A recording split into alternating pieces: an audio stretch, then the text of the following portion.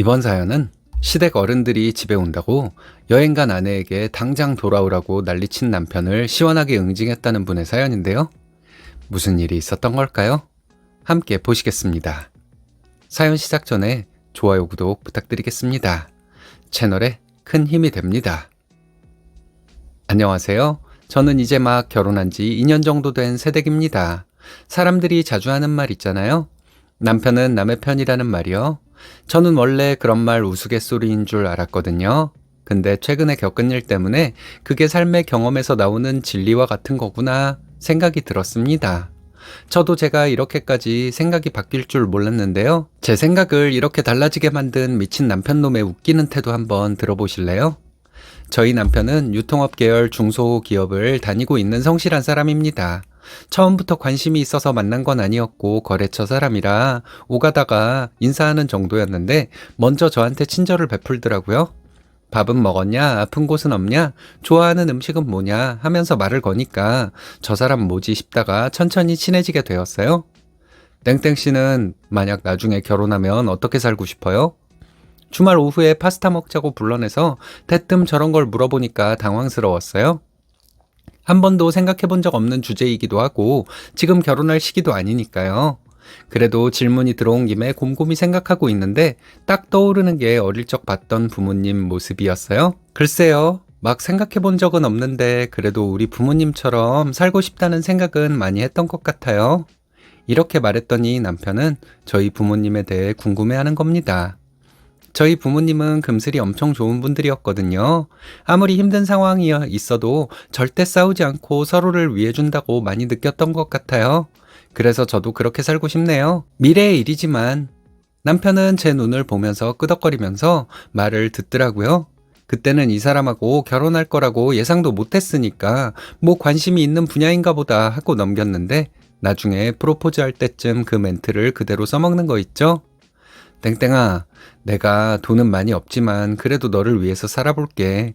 어떤 상황에서도 너를 위해서 너만 보호하며 살게. 나랑 결혼해 줄래? 남편의 진심 어린 고백이 그때까지는 진짜인 줄 알았어요.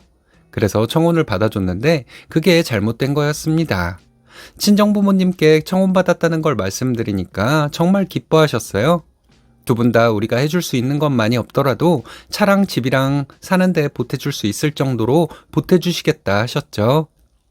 그렇게까지 할 필요는 없었지만 저도 좋은 출발을 하는 것 같아서 기분이 좋았고요. 하지만 시댁 분위기는 좀 반대더라고요. 그래요. 우리 아들이랑 결혼한다고 하니까 좋은데 첫째랑 둘째네도 지원을 해줘야 해서 막 넉넉히 해줄 수는 없을 것 같은데 괜찮나요? 시어머니는 저를 보자마자 돈 이야기를 꺼내고는 선을 딱 긋는 게 느껴지더라고요. 솔직히 그런 말을 듣고 누가 기분이 좋겠어요. 응원을 해줘도 모자랄 판에 돈 없으니까 알아서 하라며 손 벌리지 말라는 식으로밖에 안 들리죠. 네, 괜찮습니다. 어차피 저희 집에서도 그렇게 많은 걸 해주시지는 않을 거예요. 살면서 모아나가면 되죠. 괜히 남편 민망할까봐 저도 좋게 대답은 해줬어요. 남편도 민망했는지 돈이야 자기가 더 열심히 일해서 모으면 되지 않냐고 하면서 웃어넘기더라고요. 친구들은 이 말을 듣더니 야, 네가 뭐가 모자라서 그런 곳으로 시집을 가. 4년제 대학 나와서 지금까지 열심히 살아온 게 아깝다. 더 좋은 남자 만나서 호강하고 살아도 모자랄 판에 자기 팔자 지가 꼰다고 뭐 하는 거야. 하나같이 이런 반응이었어요. 그때 순간 이 결혼 다시 고민해봐야 하나 걱정이 들어오긴 했습니다. 맞아. 이런 집안에서 어떻게 우리 엄마 아빠처럼 살겠어. 이건 좀 섣부른 판단일 수도 있어. 저희 부모님은 서로 성격도 성숙하고 멘탈도 강해서 가난한 환경도 잘 이겨냈겠지만 남편은 그런 것 같지도 않았거든요. 이 사람을 내가 정말 믿어도 될지 깊게 고민하고 있을 무렵 남편도 이런 분위기를 알아차렸는지 하루는 점심시간에 잠깐 나올 수 있냐는 거예요. 왜? 나 점심 먹고 좀 쉬려고 했는데 통화로 이야기하면 안 되는 거야? 했더니 남편은 꼭 할 말이 있다고 만나자는 것이었습니다. 얼굴 보면 괜히 마음 약해질 것 같아서 안 보려고 했는데 하도 난리니까 어쩔 수 없이 나갔거든요. 근데 이 사람이 저한테 감동 전략을 쓰더라고요. 자기가 20대 내내 단기 알바를 하면서 조금씩 모아뒀던 금이 있는데 그걸로 반지를 만들어 와서 제 손에 끼워주는 거예요. 내가 더 큰 건 못해줘도 시간이랑 마음을 담아서 너를 위해 노력할게. 꼭 결혼하자. 이때 모든 게 정리되었죠. 이 사람은 나를 위해서 모든 걸 바칠 수 있겠구나. 결혼해야겠다. 시댁에서 아무리 뭐라고 해도 잘 헤쳐나가 보자. 이렇게 다짐했습니다. 시댁에서는 진짜 결혼 준비 내내 10원짜리 하나도 보태주지 않았어요. 예물 예단도 전부 생략하고 오로지 둘이 알아서 해야 했고요. 엎친 데 덮친 격으로 신랑도 가진 재산이 없어서 대부분 제 걸로 할 수밖에 없더라고요. 겨우 200 후반 벌면서 모든 걸 다 하는 게 힘들어서 안 좋을 때도 있었지만 내가 이런 것쯤은 준비해야 하는데 미안. 성실하게 살아서 꼭 갚을게. 남편이 미안해하고 고맙다고 표현하는 걸 들으면 어느샌가 마음이 녹는 것 같았어요. 괜찮아. 우리 부부 아니야? 이 정도는 같이 이겨낼 수 있는 거지. 그렇게 힘든 상황에서 결혼했고 남편은 조금씩 변하기 시작했습니다. 시부모님은 오래된 주택에 살아요. 근데 워낙 낡았다 보니까 집에 수리할 곳이 많은 거예요. 얼마 전 겨울에 보일러가 터져서 난방이 안 되는 일이 벌어졌거든요. 당연히 사는 사람들이 고쳐야 하는 거 아닌가 해서 아무 소리 않고 있었는데 하루는 전화가 오더라고요. 예, 너 우리 집 이야기 들었니 못 들었니? 저는 설마 돈을 내놓으라는 말인가 싶어서 상황을 물어봤거든요. 근데 시어머니가 극대노를 하면서 어떻게 그렇게 인정머리가 없냐고 하더라고요. 막내 아들 잘 키워놔봤자 소용이 없다나 뭐라나. 돈 벌어서 너희만 잘 먹고 잘 살 거면 명절이고 뭐고 오지도 말라고요. 아니 제가 돈이 있으면 당연히 돕지 않겠어요. 어쩜 그렇게 사람을 기분 나쁘게 만들어버리는지 어이가 없었습니다. 어머니, 제가 안 도우려고 하는 게 아니고요. 땡땡씨 결혼 전에 신용카드 긁고 다닌 거 지금 갚고 있어서 생활비도 부족해요. 저희가 안 도와드리고 싶어서 그런 게 아닌 거 아시면서 왜 그렇게 말씀하세요? 이렇게 말했더니 시어머니는 그게 본인 아들 때문이라는 거냐며 또 소리를 질렀습니다. 돈 관련된 문제가 나오니까 그냥 시비를 걸고 싶었나 봐요. 괜히 또 다른 걸로 성질 부릴까 봐 굳이 안 건드려야겠더라고요. 그래서 알았다고 그러면 우리 집에서만 하는 건 어려우니까 형제들끼리 돈을 모아서 해도 되냐고 물어봤죠. 그랬더니 아이고 그렇게까지 해주기 싫으면 그냥 하지 마라. 내가 덕이 없어서 그렇지 뭐 하고 끊어버렸어요. 이게 지금 제가 잘못한 건가요? 우리가 어떻게 사는지 관심도 없으면서 도와달라고 할 때만 저렇게 나오다니 염치 없는 거 아니에요? 우리 친정에서는 생활비 없을까봐 몰래 50만 원, 60만 원씩 넣어주고 생색내지도 않는데 자기네들은 뭘 그렇게 해줬다고 큰 소리를 치는지 결혼하고 처음으로 화가 나서 눈물이 다 났어요. 원래 제 성격 같았으면 가서 엎어버렸을 거예요. 시어머니고 뭐고 돈 맡겨놨냐면서요. 근데 가족의 평화를 위해서 그러면 안 되는 거잖아요. 그리고 나중에 알고 봤더니 이미 첫째, 둘째한테는 말했는데 다 까이니까 저희한테 화풀이 한 거더라고요. 하여튼 답답한 마음에 남편한테 말하고 싶어서 전화를 걸게 되었습니다. 제 마음을 이해해줄 유일한 사람이잖아요. 그런데 남편은 결혼 전과 완전히 다른 태도가 되어 있더군요. 이래저래 해서 어머니가 이랬다고 말했더니 엄마가 급하니까 막내 며느리한테까지 말하는 건데 너는 왜 그렇게 똑똑하지 못하게 대응해서 사람 속을 긁어놔. 안 그래도 나한테 연락이 왔더라. 아니 똑똑한 대응은 돈이 있어야 하는 거 아닌가요? 뭘 얼마나 비위를 맞춰주고 똑똑하게 해야 하는 거예요? 당신이 지금 나한테 그렇게 말하면 안 되지 않아? 당신이 돈 있으면 해드려 그럼. 며느리한테 미안해하면서 부탁하는 게 상식 아닌가? 남편은 이 말을 듣더니 가족 간의 상식이라는 게 어디 있냐고 힘들면 다 도와주는 거 아니냐면서 저에게 우리 가족을 진짜 가족이라 생각은 하냐고 오히려 성질을 냈습니다. 니네 친정집이었으면 이렇게 했겠어? 네가 차별하고 있지는 않은지 돌아봐. 본인은 사람들이랑 어울리면서 이리저리 돈이나 쓰고 다니는 주제에 모든 게 제 잘못이라는 것처럼 말하니까 너무 억울하더라고요. 솔직히 저 어떻게 사는지 아세요? 친정에 10만원짜리 홍삼 선물 세트 하나 가져다 줄 때도 눈치가 보여서 시댁에는 15만원짜리 사다 주고 그래요. 최대한 평등하게 서운하지 않게 해드리려고 얼마나 노력을 했는데 그런 노력도 모르면서 저한테 이렇게 말하다뇨. 어느 상황에서도 저를 위해서 산다던 사람이 이렇게 변하니까 현타가 오더군요. 그래, 내가 다 잘못이고 니네 집이 다 잘났다. 앞으로 아무 말도 안 할 테니까 알아서 살아라. 그러고 끊어버렸죠. 남편도 그 뒤로 다시 전화도 하지 않길래 이 관계에 정성을 쏟고 싶지 않은 것 같아 3일간 말을 안 했습니다. 결혼 전에 친구들이 지팔직곤이라고 했던 것도 떠오르고 내가 뭐하러 이렇게 악착같이 살았나 싶기도 하더라고요. 남들은 다 가는 여행 한 번도 안 가보고 제 옷 하나 살 때도 눈치 보면서 살았는데 다 부질없다 생각이 들었어요. 그 뒤로 남편 눈도 안 마주치고 밥도 안 차려줬어요. 해주면 뭐해요? 감사한지를 모르는데. 잠도 따로 자고 남편이 집에 들어오면 꼴도 보기 싫어서 방에 들어가 있어 버렸죠. 그러니까 좀 사태가 심각하다 생각이 들었는지 자기가 말이 심했다면서 사과를 하더라고요. 내가 좀 말이 심했어. 미안해. 그때는 너무 속이 상해서 그랬던 것 같아. TV를 보고 있는 제 앞에 앉더니 제 얼굴을 보고 미안하다고 하는데 말투가 자기 이해해달라는 식이었어요. 나는 속 안 상해? 당신 나한테 결혼 전에 뭐라고 했는지 기억나? 지금은 전혀 내 편이 아닌 것 같아. 계속 이러면 우리가 같이 살 수 있을까? 하고 말했더니 자기가 지금 사과를 하고 있지 않냐면서 무작정 저보고 기분을 풀라는 거예요. 사과하는 그 순간에도 성의가 없게 느껴지니까 앞으로도 이렇게 저를 대한다면 참기가 어려울 것 같았어요. 저를 위해주는 사람이라 생각해서 결혼한 건데 잡아놓은 물고기라 생각해서 태도가 변한 건가 하는 의심도 들었죠. 저도 더 이상 이야기를 나누고 싶지 않아서 제 마음이 치유될 때까지는 좀 멀리서 지냈어요. 그렇게 3개월 정도 지났을까요? 저랑 친했던 고등학교 동창들과 한 달에 5만 원씩 모아서 들어놓은 개가 있는데 2년 정도 모았으니 해외여행이라도 가면 어떻냐고 물어보더라고요. 이번에도 빠지면 진짜 안 된다. 아예 이제 모임에서 뺄 거야. 꼭 와야 돼. 결혼하고 나서는 여행이나 개인 시간을 가질 수 있는 환경이 아니었는데 남편이랑도 이렇게 되었겠다? 굳이 고생할 필요가 없는 것 같아서 알겠다고 했죠. 나 친구들이랑 이번에 여행 다녀올 거야. 제주도 3박 4일 괜찮지? 결혼하고 처음으로 큰돈을 쓰면서 가는 거라 혹여나 반대하면 어쩌나 걱정을 하고 있었거든요. 근데 남편도 양심이 아직 살아있는지 본인이 집을 잘 보고 있을 테니까 편하게 쉬고 오라고 하더라고요. 짧은 일정이라 큰일이 없으면 후딱 다녀오면 될 것 같아서 저도 걱정 없이 여행 출발을 했죠. 결혼 이후 처음 여행짐도 싸보고 사진기도 챙기고 하니까 사람 사는 삶처럼 느껴지더라고요. 이 여행을 다녀오면 새로운 삶이 시작되지 않을까 기대도 되었어요. 굳이 제가 여행 가는 거에 대해서 친정이나 시댁에 알리지는 않았어요. 괜한 돈 쓰고 다닌다는 생각에 또 걱정할까봐 그냥 조용히 다녀오는 게 낫겠다 싶었죠. 내가 폰 항상 쥐고 있을 테니까 혹시 무슨 일 있으면 연락해. 저는 그래도 혹여 책 잡히는 일 생길까봐 걱정이 되어서 여러 번 당부했습니다.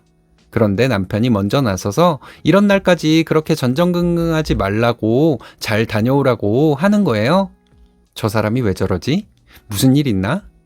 그때 이후로 반성이 되었나 싶어서 여행 이후로 관계가 회복되었으면 좋겠다는 생각을 가지고 출발했는데요. 오랜만에 비행기를 타고 제주도로 가서 바닷바람도 쐬고 술도 한 잔 걸치니까 기분이 좋더라고요. 시원한 바람을 맞으니까 제 마음에 쌓인 스트레스도 훌훌 날아가는 것 같았어요. 그동안 진짜 고생 많았다. 이렇게 놀러도 좀 다니고 그래. 젊을 때 놀아야지. 친구들이 이렇게 말해주더라고요. 나도 그러고 싶은데 돈이 없는데 어떡하냐. 그래도 확실히 오니까 좋긴 좋다. 친구들은 저에게 그렇게 구두쇠처럼 살아도 부자 되는 거 아니라고 남편 위해서 살지 말고 스스로를 위해서 살라고 하더라고요. 말을 듣고 보니까 진짜 그런 것 같아서 고개를 크게 끄덕거리고 기분 좋게 웃으면서 즐기고 있었습니다. 하지만 꼭 이럴 때 일이 터지는 거 아시죠? 평탄하게 여행을 다녀왔으면 이 글을 쓸 필요도 없었겠죠? 한참 이제 잘 준비를 하고 있는데 시어머니가 전화를 한 거예요. 서울에서 작은 아버지네가 내려왔으니까 바로 시댁으로 오라는 겁니다. 못 올 이유도 없지 않아? 어른들이 왔는데 여기서도 빠지려고 그러니? 제가 우물쭈물하고 있으니까 시어머니는 뭐가 그렇게 문제냐는 식으로 다그치는데 당황스럽더라고요. 결혼해서 딱 한 번 노는 날이었는데 이때 겹쳐야 했을까 싶어서 머리를 이리저리 굴리고 있는데 왜 말을 안 하냐고 하는 거예요. 그래서 말을 안 할 수가 없잖아요. 실은 남편에게 말하고 제주도로 여행을 왔다고 해버렸죠. 친구들이 하도 안 오냐고 해서 제주도에 와 있어요. 어머니, 제가 이틀 뒤에는 올라가니까 그때 갈게요. 그러니까 시어머니가 크게 웃으면서 잘 걸렸다는 듯이 너는 돈도 없다는 애가 잘도 놀러 다닌다면서 꼽을 주는데 저를 잡아먹지 못해서 안달인 말투였어요. 오든지 말든지 알아서 해. 어차피 너한테 기대했던 것도 없다. 며느리로서 제대로 하는 게 하나도 없네. 너 같은 거랑 우리 아들 결혼을 시키는 게 아니었어. 시어머니는 제가 하려는 말을 다 잘라버리고 감정을 싸지르고는 전화를 끊어버리더군요. 제가 지금까지 해온 건 아무것도 아닌 게 되고 이번 한 번에 이렇게 평가가 된다니 어이가 없기도 하고 허탈했습니다. 친구들이 옆에서 무슨 전화냐고 물어보는데 말도 못하겠고 속상해서 한숨만 쉬고 있었죠. 이대로 있다가는 남은 여행도 다 망칠 것 같아서 그냥 남편한테 중간에서 조율을 좀 해달라고 말해야겠다 싶었고 용기를 내서 전화했습니다. 지금 어머니가 나한테 당장 올라오라고 하시는데 그건 어렵잖아. 당신이 중간에서 잘 말해줘. 저는 당연히 서로 합의가 된 내용이었고 심지어 남편이 잘 다녀오라고까지 했으니까 제 편을 들어줄 줄 알았거든요. 근데 이 미친놈이 뭐라고 했는지 아세요?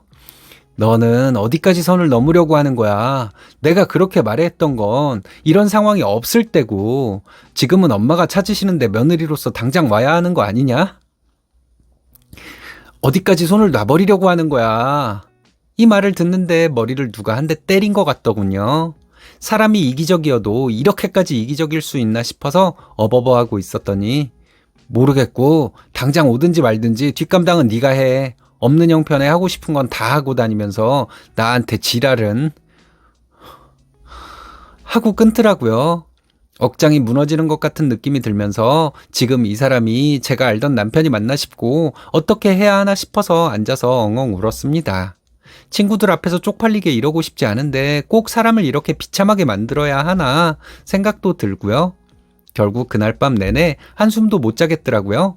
그리고 이런 결혼 생활을 언제까지 할 수 있을지도 모르겠다 느껴졌습니다.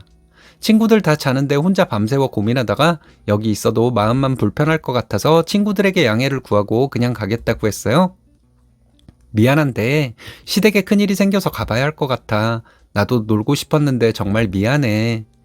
평소 같았으면 네가 뭔데 가냐고 하면서 잡을 애들이 제 얼굴이 너무 안 좋아 보였는지 아무 소리 안 하고 조심히 올라가라고 하더라고요.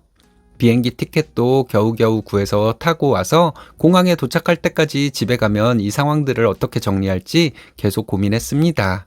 시댁 식구들이 나를 어떻게 볼까? 남편이랑은 어떻게 다시 회복해야 할까? 내가 이런 취급을 당해도 되는 걸까? 하고요. 공항에 도착하자마자 남편하고 만나서 대화해야 할 것 같아 전화를 걸었어요. 마지막으로 저한테 보낸 문자가 당장 안 돌아오면 집 비밀번호 바꿔놓겠다는 내용이었거든요. 불쾌하기도 하고 다이렉트로 말을 해봐야겠다 싶어서 전화를 계속 걸었는데 계속 안 받았습니다. 왜 전화를 안 받고 난리야 하는 생각이 들고 그렇다고 시어머니한테는 전화하고 싶지 않더군요. 얼마나 또 저를 씹고 있겠습니까? 그걸 생각하니 지치기도 하고 남편이랑 결판을 내야겠다 싶어서 그냥 곧바로 집으로 갔습니다. 남편이 시댁에 가서 전화를 안 받은 거 아닌가 생각해서 좀 씻고 자고 일어나야겠다 했는데요. 문을 열었더니 웬걸 남편이 소파에 누워서 잠을 자고 있는 겁니다. 탁자에 소주병 3개가 굴러다니고 온갖 배달 음식을 널브러져 있는 채로 배를 까고 누워서 세상 모르고 골아떨어져 있길래 이게 무슨 상황인가 싶어서 깨웠습니다. 좀 일어나봐. 지금 어떻게 된 거야? 왜 시댁에 안 갔어? 남편을 제가 흔들어 깨워도 술에 취해서 비몽사몽이었어요. 술을 얼마나 많이 먹었는지 술 냄새가 진동을 하더군요. 겨우 깨워서 앉혔더니 저한테 너 진짜 왔냐? 라고 하는데 이게 지금 무슨 상황인가 싶어서 나보고 당장 오라며 다들 어디 가고 잠이나 자는 거야. 알고 보니까 시부모님이 어젯밤에 시댁으로 오라고 했다가 제가 여행으로 자리를 비우니까 기분이 상해서 그냥 오지 말라고 했대요. 그냥 자기들끼리 맛있는 거나 먹겠다면서요. 이미 상황이 종료되었던 거죠. 그러면서 하품을 늘어지게 하는데 그때 속에서 뭔가 폭발할 것 같은 느낌이 들었습니다.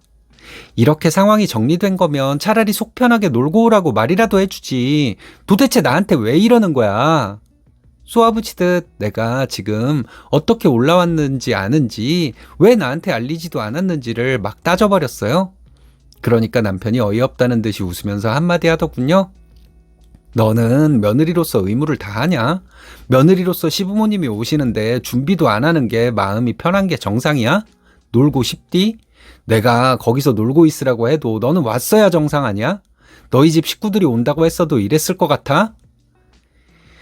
그러면서 자기네 집이 돈이 없으니까 무시하고 가볍게 여기는 것 같아서 본인이 이번에 버릇 한번 잡으려고 일부러 그런 거라고 하더라고요.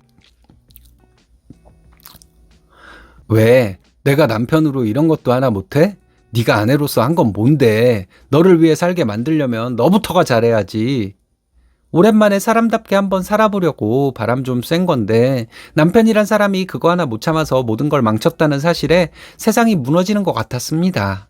사랑이라는 게 유통기한이 있다는 말을 누누이 들었지만 저에게도 해당될지 몰랐거든요. 근데 이번에 뼈저리게 느끼게 된 거죠. 사랑은 한계가 있다는 걸요. 그때부터는 그냥 제 속에 있던 이야기를 다 해버렸어요. 뭐? 의무? 지나가던 개가 웃겠다. 네가 결혼하고 나서 해준 게 뭐가 있는데 맨날 고생만 시키고 돈 없다고 하면서 우리 집에서 돈이란 돈은 다 타서 쓰고 가장 역할은 내가 한 거 아니야? 한 번도 이렇게 말한 적이 없었는데 얼굴을 붉히면서 와다다 말하니까 속이 다 시원했습니다. 남편도 흥분한 저를 보더니 약간 당황했는지 말을 우물쭈물 하더라고요. 네가 능력이 없어도 나를 위해주는 마음이 좋아서 결혼한 건데 이 정도 모자란 사람인 줄은 몰랐다. 이제는 더 이상 못 해먹겠으니까 이혼하자 그냥. 거지 같은 너희 집도 싫고 며느리라는 이유로 아껴주지는 못할 망정 군기 잡는 분위기도 싫고 사이에서 조율도 못해주는 멍청한 너도 너무 싫으니까 여기서 관계 정리하자. 남편은 이 말을 듣고 이 정도는 자기가 남편으로서 당연히 요구할 수 있는 건데 도대체 뭘 얼마나 억울하냐고 하더라고요. 저는 그 말을 듣고 이 결혼은 끝났다고 판단이 내려졌습니다. 그래서 방으로 들어가서 짐 싸서 얼른 나가라고 했습니다. 이 집도 제 명의로 되어 있고 제 돈이 더 많이 들어가 있는데 굳이 저런 버러지 같은 놈을 들여놓을 필요가 없잖아요. 나는 너희 집에 맞지 않는 며느리니까 너는 너희 집 가서 살아. 남편은 이러면 자기가 못 나갈 줄 아냐면서 자기가 없으면 어떻게 살려고 하냐고 하더군요. 자존심이 있었는지 바로 신발을 신고 나가버리길래 현관문 번호도 바꿔버리고 며칠 후 바로 변호사를 만나서 이혼 절차를 밟았습니다. 오랫동안 고민했던 게 아까울 정도로 제가 너무 불쌍했어요. 변호사도 제 사연을 듣더니 어떻게 참고 살았냐고 고생했다고 할 정도였죠. 생판 모르는 남도 이렇게 말해주는데 남편이란 놈은 도대체 뭘까요? 제가 일주일이 지나도 연락 한 통 하나 안 하니까 남편도 좀 겁이 났는지 그제서야 다시 연락을 하는 거예요. 우리가 그래도 부부인데 이렇게 끝내야 하겠어? 부부싸움은 칼로 물베기라는데 조용히 넘어가자. 사과를 하는 건지 퉁치려는 건지 마지막까지 태도가 거지 같잖아요. 예의고 뭐고 하나도 없다고 생각이 들어서 나는 후회하는 일도 없고 너란 사람이랑 산 세월이 아까워. 어차피 집도 내 명의로 한 거니까 너는 그냥 지금처럼 조용히 나가. 너랑 같이 살 생각 없고 조만간 이혼 소장 보낼게. 남편은 진짜 제가 이렇게 나가니까 겁이 났나 봐요. 그날 밤에 시부모님을 대동하고 집으로 들이닥쳤습니다. 시어머니는 그래도 너희가 산 세월이 있는데 어떻게 헤어지냐면서 저한테 과부가 되어서 얼마나 잘 살 것 같냐고 협박했고 내 주변에도 과부로 사는 사람 많은데 결국 다시 본 남편을 찾더라. 지금 감정에 휘둘려서 되겠어? 네가 그릇이 그렇게 작으니까 이런 일이 벌어지는 거 아니겠니? 하면서 그냥 이 정도로 하고 그냥 살라고 대충 마무리를 지으려고 하는 거예요. 이 집안은 나를 그냥 식모 이상도 이하도 아니게 대접하는구나 싶어서 정확하게 말했습니다. 다시는 당신네 집안이랑 엮일 생각 없다고요. 염치도 없는 인간들. 그동안 우리 친정에서 지원해서 그나마 집이 굴러간 거지 당신 아들이 번 돈으로는 어림없어요. 그리고 지금 타고 다니는 차도 제 명이니까 다 가져갈 거예요. 당장 나가세요. 남편은 제가 너무 강경하니까 본인이 알거지가 될 것 같은지 그제야 미안하다며 기회를 한 번만 더 줄 수 없겠냐고 하더군요. 너무 야비하지 않나요? 악어의 눈물처럼 지금 상황을 모면하려고 하는 게 너무 싫었습니다. 진작에나 그렇게 말하지 그랬니? 너 그동안 기회 많이 받지 않았어? 내가 얼마나 참고 살았는데 이제 와서 이러면 뭐해? 했더니 자기는 땡전 한 푼 없다면서 자기가 불쌍하지도 않냐 하더군요. 그동안 악이 안 생긴 게 하늘이 날 도운 거지. 당장 꺼져. 너 같은 거랑 미래? 더는 없어. 했는데 끝까지 버티고 안 나가길래 경찰에 신고를 했습니다. 그제서야 남편과 시댁 식구들이 나가더라고요. 저도 이렇게 단호하게 결정할 수 있을 줄 몰랐는데 한번 결심하고 나니까 쉽더라고요. 이혼 절차는 진행 중이고 남편은 제가 없으면 아무런 재산도 없으니까 저한테 문자고 전화고 하는 중이지만 저는 다 차단해버렸습니다. 들어보니까 시댁에서도 빈털터리인 남편을 데리고 살고 싶어 하지 않아서 혼자 모텔방이나 전전한다고 하네요. 저는 할 만큼 했다고 생각하고 더 이상 후회가 없습니다. 그동안 저를 좀먹던 시댁 식구들과 남편을 떼어놓고 나니까 허전함은 잠시뿐이고 오롯이 저만 생각하면 되어서 편하고 좋아요. 그리고 앞으로 진짜 저를 위해서만 살려고 합니다. 홀로서기를 하려는 저에게 도움이 될 만한 조언이 있다면 해주시면 좋을 것 같습니다. 생각지 못했던 복이 굴러 들어오면 감사하는 마음을 가져야죠. 왜 자기가 그런 복을 누릴 충분한 자격이 있다는 태도를 보이는 걸까요? 그게 바로 그지근성이 아닐까 합니다. 쓰니님이 강경하게 잘 처리하신 것 같은데 여러분들의 생각은 어떤가요?